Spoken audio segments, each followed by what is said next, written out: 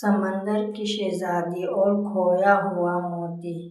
کہتے ہیں آج سے 1300 سال پہلے سمندر کی گہرائیوں میں ایک شاندار سلطنت تھی۔ مرجان کے محل، چمکتے ہوئے نیلے پتھر، سنہری مچھلیاں اور روشنی بکھیرتی لہریں۔ اس سلطنت کی حکمران تھی سمندر کی شہزادی مہرین۔ مگر اس سلطنت کی سب سے قیمتی چیز تاج یا خزانہ نہیں تھی، بلکہ ایک جادوئی موتی تھا۔ وہ موتی عام نہیں تھا، اس میں سمندر کی روشنی، سکون اور خوشی کی طاقت چھپی ہوئی تھی۔ جب تک وہ موتی محل کے درمیان جگمگاتا، سمندر میں امن رہتا، لیکن ایک رات اچانک سمندر کی لہریں بے چین ہو گئیں، اندھیرا چھا گیا اور وہ جادوئی موتی غائب ہو گیا۔ اس لمحے سمندر کی روشنی مدھم پڑ گئی، مرجان کے محل ٹوٹنے لگے، مچھلیاں خوف زدہ ہو گئیں۔ شہزادی مہرین نے اعلان کیا، جب تک موتی واپس نہیں آئے گا، سمندر کو سکون نصیب نہیں ہوگا۔ لیکن موتی کہاں گیا، کسی کو کچھ معلوم نہیں تھا۔ وقت گزرتا گیا، صدیاں بیت گئیں اور رفتہ رفتہ لوگ اس کہانی کو بھول گئے۔ آج کا زمانہ، 1300 سال بعد، ایک چھوٹا سا لڑکا حمزہ اپنے والد کے ساتھ ساحل پر رہتا تھا۔ وہ سمندر سے بے حد محبت کرتا تھا، گھنٹوں لہروں کو دیکھتا رہتا، سیپیاں جمع کرتا اور خواب دیکھتا کہ ایک دن وہ سمندر کا راز جانے گا۔ ایک دن جب وہ ساحل پر کھیل رہا تھا، اسے ایک عجیب سی چمکتی ہوئی سیپی ملی۔ وہ باقی سیپیوں سے مختلف تھی۔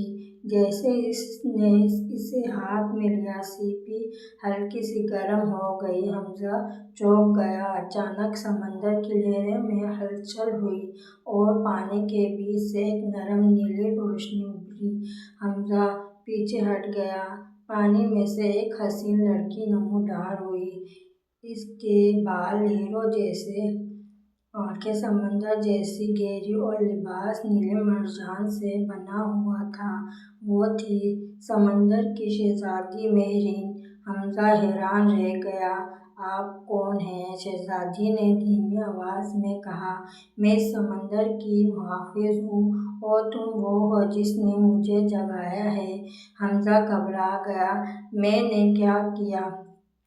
شہزادی نے اس کے ہاتھ کی سیپی کی طرف اشارہ کیا۔ یہ جادوئی سیپی ہے، یہ صرف اسی کے ہاتھ میں چمکتی ہے جس کا دل صاف ہو۔ حمزہ خاموش ہو گیا۔ شہزادی نے آہستہ سے کہا، میرا جادوئی موتی چوری ہو گیا تھا، 1300 سال گزر چکے ہیں، اگر وہ موتی واپس نہ آیا تو سمندر ہمیشہ کے لیے تاریک ہو جائے گا۔ خطرناک سفر؟ حمزہ نے ہمت کر کے پوچھا۔ میں کیا کر سکتا ہوں؟ شہزادی نے کہا، صرف ایک انسان ہی اسے واپس لا سکتا ہے اور وہ تم ہو۔ یہ سن کر حمزہ کا دل زور زور سے دھڑکنے لگا۔ اچانک سیپی سے ایک روشنی نکلی اور دونوں پانی کے اندر چلے گئے۔ مگر حیرت کی بات یہ تھی کہ حمزہ کو سانس لینے میں کوئی مشکل نہ ہوئی۔ سمندر کے اندر ایک الگ دنیا تھی، چمکتے ہوئے پودے، بولتی مچھلیاں اور روشنی سے بنا راستہ۔ مگر جیسے ہی وہ آگے بڑھے، اندھیرا بڑھنے لگا۔ شہزادی نے کہا، موتی کو سمندر کے سب سے گہرے حصے میں چھپایا گیا ہے، جہاں سایہ نگہباں رہتا ہے۔ حمزہ نے پوچھا، وہ کون ہے؟ ایک قدیم سایہ جو روشنی سے نفرت کرتا ہے۔ اچانک پانی سرد ہو گیا، آس پاس سناٹا چھا گیا۔ دور ایک سیاہ غار نظر آیا، سایہ نگہباں۔ جیسے ہی وہ غار کے قریب پہنچے، ایک بھاری آواز گونجی، کون ہے جو میری نیند میں خلل ڈال رہا ہے؟ ایک سیاہ دھند ابھری۔ حمزہ کا دل کانپنے لگا، مگر اس نے ہمت نہ ہاری۔ شہزادی نے آہستہ سے کہا، ڈرنا نہیں، یاد رکھو، روشنی ہمیشہ اندھیرے سے طاقتور ہوتی ہے۔ سایہ نگہبان بولا، 1300 سال سے یہ موتی میرا ہے۔ حمزہ نے زور سے کہا، یہ موتی کسی کا نہیں، یہ سب کی خوشی کے لیے ہے۔ اچانک سیپی چمکنے لگی، سایہ پیچھے ہٹنے لگا، مگر اس نے آخری کوشش کی۔ سمندر میں بھنور پیدا ہو گیا۔ حمزہ گھومنے لگا، مگر اس نے آنکھیں بند کر کے دل سے دعا کی، اگر میرا ارادہ سچا ہے تو روشنی میرا ساتھ دے۔ سیپی سے تیز روشنی نکلی، غار جگمگا اٹھا اور اندھیرے کے بیچ ایک چمکتا ہوا سفید موتی نظر آیا۔ روشنی کی واپسی۔ جیسے ہی حمزہ نے موتی کو چھوا، سایہ نگہبان دھند بن کر غائب ہو گیا۔ سمندر میں روشنی پھیل گئی، مرجان دوبارہ چمکنے لگا، مچھلیاں خوشی سے تیرنے لگیں۔ شہزادی کی آنکھوں میں آنسو آ گئے۔ تم نے 1300 سال پرانا وعدہ پورا کر دیا، حمزہ نے مسکرا کر کہا۔ میں نے کچھ نہیں کیا، بس سچائی کا ساتھ دیا ہے۔ شہزادی نے موتی محل کے بیچ رکھا، پورا سمندر جگمگا اٹھا۔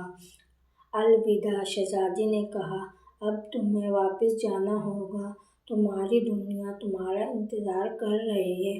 حمزہ نے پوچھا، کیا میں آپ کو دوبارہ دیکھ سکوں گا؟ شہزادی مسکرائی، جب بھی کوئی دل سچا کام کرے گا میں وہیں ہوں گی۔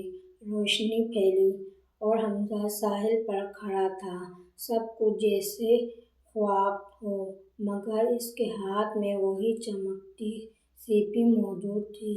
آج بھی کہتے ہیں آج بھی جب سمندر پرسکون ہو اور لہریں آہستہ آہستہ چل رہی ہوں تو پانی کے نیچے ایک نیلا محل جگمگاتا ہے، اور اگر کسی بچے کا دل سچا ہو تو سمندر کی شہزادی اسے ضرور دیکھتی ہے، کیونکہ اصل جادو موتی میں نہیں تھا بلکہ ایک بہادر دل میں تھا۔